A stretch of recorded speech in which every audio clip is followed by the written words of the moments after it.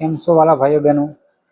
TAT higher secondary Hindi મુખ્ય પરીક્ષા એટલે કે આગામી 19 તારીખથી આપણી યોજાવાની છે.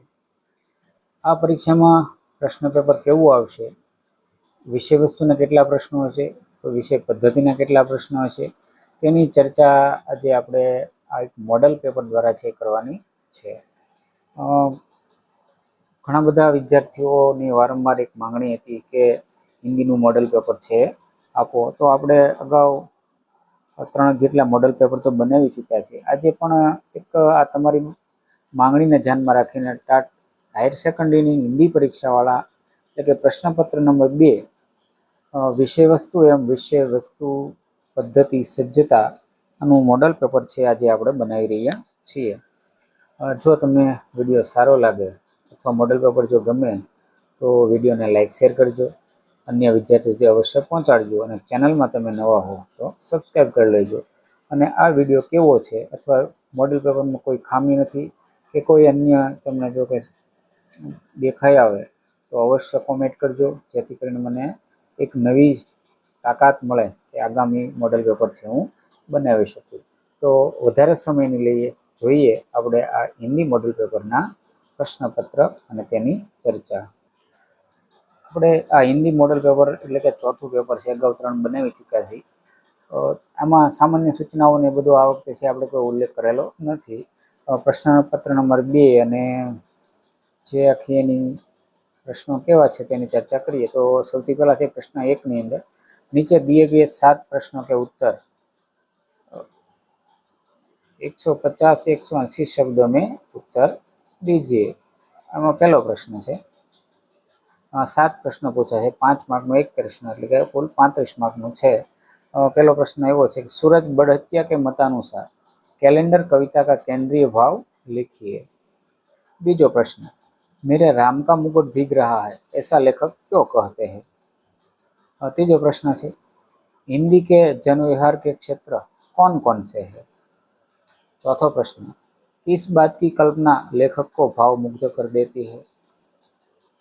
ત્યારબાદ પાંચમો પ્રશ્ન છે, अर्थ के आधार पर वाक्य के भेद समझाइए.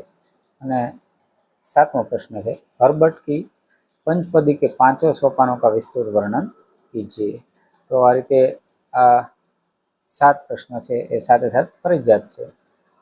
ત્યારબાદ પ્રશ્નપત્ર એટલે કે પ્રશ્ન નંબર 2 એમાં પહેલો પ્રશ્ન છે, नीचे दिए गए 7 प्रश्नों के उत्तर 100 से 150 शब्दों में दीजिए. विद्यार्थी मित्रों में 100 થી 150 शब्दों में जवाब આપવાનો છે. 7 प्रश्नों से 4 मार्कનો એક પ્રશ્ન એટલે કે 28 मार्कનો છે આ રહેશે. આમાં પહેલો છે, પાઠ આયોજન का महत्व समझाइए. બીજું છે, हे राम की स्मृति ने लेखक को किस मुकाम पर पटक दिया. तीजो प्रश्न, भूलना एक महान गुण है समझाइए. चौथो प्रश्न, सोमा बुआ के पति का चरित्र लिखिए. तो आमा खास ध्यान आपजो, सोमा बुआ का चरित्र नहीं, सोमा बुआ के पति का चरित्र એટલે થોડુંક લખવામાં ઉતાવળ ન કરતા આ રીતનો જો પ્રશ્ન પૂછાય તો. પાંચમો પ્રશ્ન, बाढ़ की संभावना का केंद्रीय भाव अपने शब्दों में लिखिए. छठो प्रश्न है, भाषा शिक्षण के सिद्धांत सूत्र समझाइए. અને સાતમો પ્રશ્ન છે, વિશેષણ की व्याख्या देकर उसके भेद बताइए. તો આ રીતે આ 7 પ્રશ્નો આની અંદર પણ રહેલા છે. ત્યારબાદ છે ત્રીજો પ્રશ્ન, नीचे दिए गए 11 प्रश्नों के उत्तर दीजिए. जो 22 अंक है, તમને 11 પ્રશ્નો આવ્યા છે, એકના 2 માર્ક છે એટલે 22 માર્ક છે.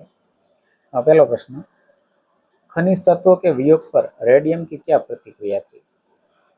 बीजो प्रश्न, उद्देश्य और विधेय किसे कहते हैं. तीजो प्रश्न, बेरंग चिट्ठियों से किस तरह की उम्मीद है. चौथो प्रश्न, सुभाष बाबू ने सेगांव रेडियो पर से भारतीयों के लिए क्या संदेश दिया.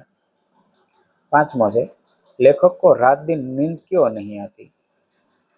छठो प्रश्न है, माइक्रो टीचिंग कौशल्य का अर्थ देकर समझाइए. सातवां प्रश्न, परशुराम जी का क्रोध देखकर लक्ष्मण जी ने क्या कहा. आठवां है, कविता शिक्षण की प्रणालियां. 9वां प्रश्न, हमें पीड़ाओं से मुक्ति पाने के लिए क्या करना चाहिए? 10वां, व्याख्या विधि का अर्थ बताइए। અને 11वां प्रश्न है, शब्दों का वर्गीकरण किस तरह किया जाता है? ત્યારબાદ चौथो प्रश्न है, निम्नलिखित प्रश्नों के उत्तर संक्षेप में दीजिए। 15 मार्क में छेल्लो विभाग है। पहलो प्रश्न, हिंदी वर्णमाला में स्वरों के कितने भेद है? बीजो प्रश्न, अग्निकुंड सिकुड़कर क्या बन गया? तीजो, महाप्रस्थान काव्य के कवि का असली नाम क्या था? चौथो प्रश्न, जब बादल को घिरते देखा है तब किस ऋतु का प्रभाव था? पांचवा है, जो बीत गई सो बात गई काव्य कौन सा संदर्भ से लिया गया है? और छठा प्रश्न, मुद्रण का आविष्कार कहाँ हुआ? ત્યારબાદ 7મો પ્રશ્ન, વાક્ય શુદ્ધ कीजिए। બે વાક્યો છે, 2 માર્કમાં। પહેલું છે એમાં, લોકસભા के अधिकांश सदस्य अनुपस्थित थे। અને બીજું વાક્ય છે, वह विद्वान महिला है। આ બંને વાક્યનો તમારે શુદ્ધ કરવાના છે। ત્યાર પછીનો પ્રશ્ન 8મો, કે समीक्षा प्रणाली विधि गद्य पद्य इस दोनों में से किसकी विधि है? गद्य विधि है, पद्य विधि है, તમારે છે બતાવવાનું છે। 9મો છે, अविकारी शब्द की परिभाषा दीजिए। 10મો प्रश्न, उचित जोड़ी बनाइए। એટલે કે આમાંથી જે અ ને અબ જે અબ આપેલા છે તમારે બે જોડી બનાવવાની। પહેલો છે આમાં અર્જુન અને બીજું છે બુદ્ધિરામ। આમાંથી છે કેલેન્ડર, મહાપ્રસ્થાન કે બોધિકા, આમાંથી કયા પાઠમાં એના પાત્રો આવે છે તે તમારે છે નીચે દર્શાવવાના છે। ત્યારબાદ છે 11મો शब्द समूह है, गाड़ी आंकने वाला। मुहावरे कर दीजिए। 12मो है, मिट्टी में मिल जाना। અને 13મો પ્રશ્ન છે, કહાવત છે, જો બીત ગઈ સો બાત ગઈ। આ છે તમારે સમજાવવાની છે। તો આ રીતે વિદ્યાર્થી મિત્રો એક નાનકડો પ્રયત્ન મોડેલ પેપરનો કરેલો છે। આ જ પેપર પરીક્ષામાં પૂછાશે તેવું નથી, આના જેવા અન્ય પ્રશ્નો આવવાના છે, પણ કેવા આવવાના હોય તો એનું આખું પેપર સ્ટાઇલ પ્રમાણે બતાવવાનો પ્રયત્ન કરેલો છે। જો આમાં કોઈ ક્ષતિ રહી ગઈ હોય તો અવશ્ય કોમેન્ટ કરજો અને આવા જ વિડીયો જોવા માટે મારી સાથે જોડાયેલા રહો।